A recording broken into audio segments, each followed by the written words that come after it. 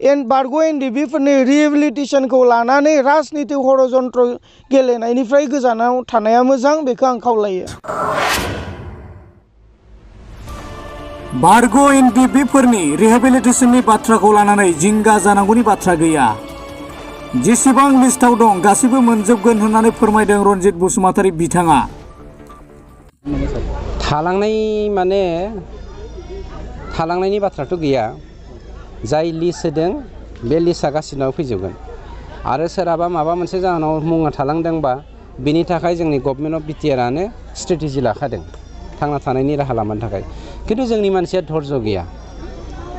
धर्ज गैयैनि जाहोनाव दाखालिबो सानजाहा बायदिसिना बखिलाबायदों। धर्ज नांगौथ'।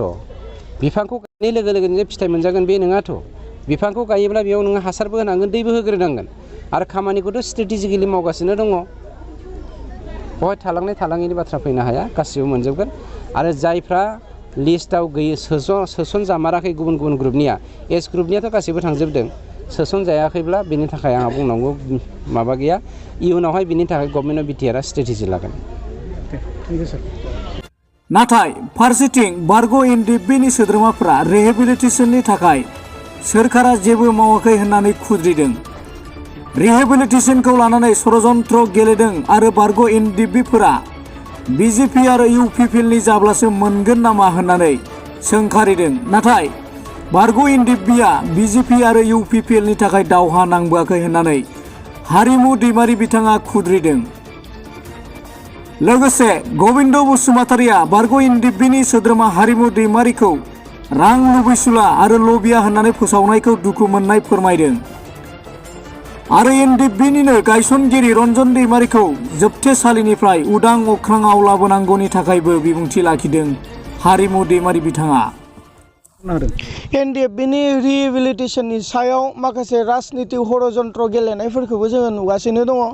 फेरेंगानि सिंनि बाथ्राया ओरैबायदि, बिथाङा इउपिपिएल जाब्लासो बा बिजेपि जाब्लासो बारग' एनडिएफबिफ्रा रिहेबिलिटेसनखौ मोनगोन थालांनायफ्रा।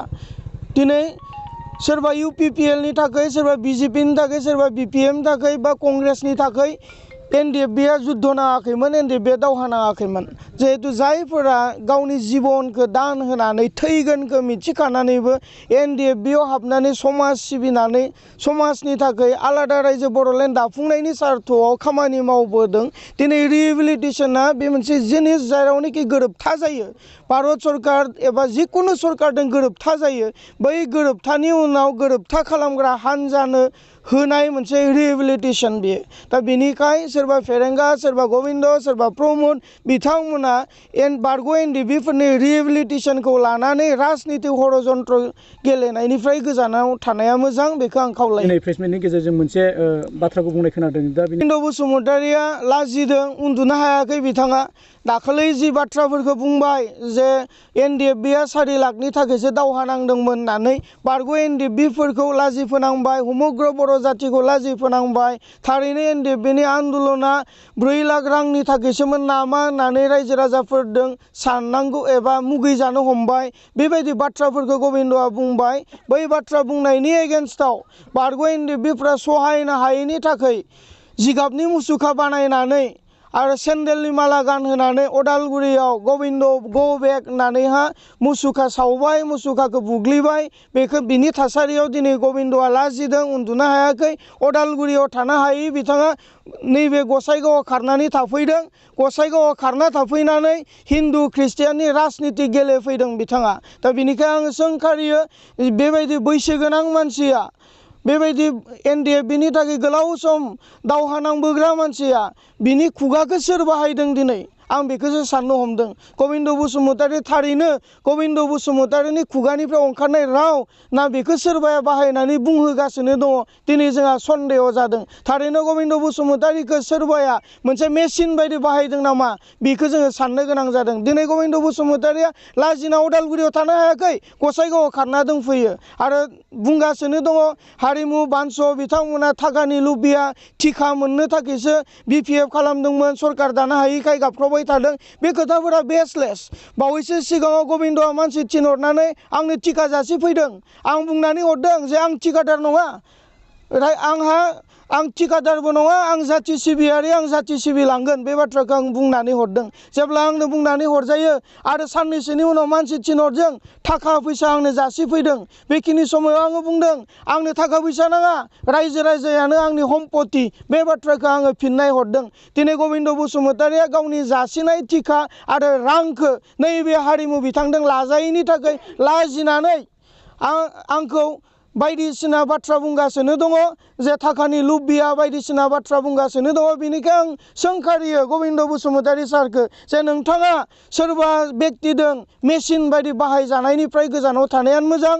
मानोना नोंथाङा बोराय बैसो जाबाय, गोलाव सम हारिखौ सिबिबोबाय, बे गोलाव सम हारि सिबिनायनि फिथाइया नङाबा थाङै थाङै बिथांनि बोराय अबस्थायाव जिर' लाथिख'आव फैनो थांगासिनो दङ। बेनिखाय बिथाङा सानै हनै बाथ्राफोरखौ बुंनाया मोजां होननानै आं सानो। एनडिएफबि आरो बिथाङा सासे बिटिआरनि गोरोबथानिबो सासे सागानगिरिमोन, बिथाङा दाबोनो जोबथेसालियाव दङ। दा नोंथाङा बेनि सायाव मा बुंगोन? जोङो जोबथेसालियाव थानाय बारग' एनडिएफबिफोरनि दैदेनगिरि बा रन्जन दैमारि सार बिथांमोनखौ उदां खालामनो थाखाय जों गोबां राहा लामा लागासिनो दङ। जिहेतु बे बिटिआर एकर्डआ एनडिएफबिनि नाजानाय हास्थायनाय जुजिनाय बायदि जायाखैसै। बे एकर्डआ जुदि एनडिएफबिनि हास्थायनाय बायदि जानायमोनब्ला जों एकर्डनि गेजेरजोंनो जेलाव थानायफोरखौ जों उदां खालामनो हागौमोन। जोंनि फाउन्डार चेयारमेन रन्जन दैमारिखौ जोङो जोबथेसालियाव गारबोआमोन। दिनै एकर्डआ जोंनि बायदि जायैनि फोरमाना बेनो जे रन्जन दैमारिया जोबथेसालियाव जोबजानानै दङ। थेवब्लाबो दिनै जोङो मेंग्लिया जासे खामानि मावगासिनो दङ। लोब लोब बर' रायजो राजाफोरखौ लानानै रन्जन दैमारिखौ उदां खालामनांगौनि सोमावसारनाय हाबाफारिफोरखौ जों लागासिनो दङ। बेजोंनो लोगोसे लिगेल प्रसेसआव जिहेतु रन्जन दैमारि सारखौ सिबिआइ कर्टआसो कनभिक्ट खालामदोंमोन। दे गतिके जों बेखौ एबा रन्जन दैमारि सारनि केसखौ जोङो हाइकर्टआव लाबोफिनदों। हाइकर्टआव जोङो बिजिरनो नागिरदों। दिनै हाइकर्टआव लिगेल प्रसेसनि गेजेरजों बिजिरोब्ला दानब्रै दानबानि गेजेराव मोनसे जाजमेन्ट फैगोन। बै जाजमेन्टआव जेन पजिटिभ मेसेजआव एबा पजिटिभ रिजाल्टआ फैयो, सैथो फिथाइखौ जोङो मोनो, बेनि थाखाय जों खामानि मावगासिनो दङ। नाथाय बिटिआर सरकारा दिनैसिम एक एंसिबो जोबथेसालियाव थानायफोरखौ उदां खालामनायनि खामानि मावाखै। बरंस जोङो आपिल खालामबोदों जे बिटिसि गभर्नमेन्टआ मोनसे रिजलिउसन पास खालाम, जेलाव थानायफोरखौ एबा रन्जन दैमारिखौ जेलनिफ्राय उदां खालामनांगौ होननानै मोनसे रिजलिउसन पास खालामनानै गभर्नरनि गेजेरजों स्टेट गभर्नमेन्ट आरो सेन्ट्रेल गभर्नमेन्टनो फाथायहर होननानै जों आपिल खालामदों। बे खामानिखौबो बरंस बिटिआर सरकारा मावफुंनो हायाखै। दिनै बिथांमोना जेलाव थानायफोरखौ उदां खालामनांगौनि एक एंसिबो खामानि मावनो हायैनि थाखाय लाजिदों। लाजिनानै दिनै जोंखौ उल्था फाल्था बाथ्रा बुंगासिनो दङ। जोंनि सुबुं गौमा होज्रिखावनाय हाबाफारिफोराव रायजो राजाफोरखौ बिथांमोना गाथियो, फैनो होआ। आरो सोरबाया जोंनो थाखाय थाइसे थाइनै केस गेलेनो थाखाय थाइसे थाइनै सहाय खालामनो ओंखारबोनाय मानसिफोरखौ हरदि हर न'आव थांनानै दम होयो बिथांमोना। दा बिनिखाय जोङो सोंखारियो जे प्रमद बर'नि दैदेननाय बिटिआर सरकारा दिनै बायनो आरो गोबाव सम गैलिया। फैबाय थानाय समाव जेब्ला बिथांमोना सरकारा बायगोन, सरकारा गोग्लैगोन, अब्लानिया बिथांमोनखौ सैमायाबो सोंनाय नङा होननानै आं सानो।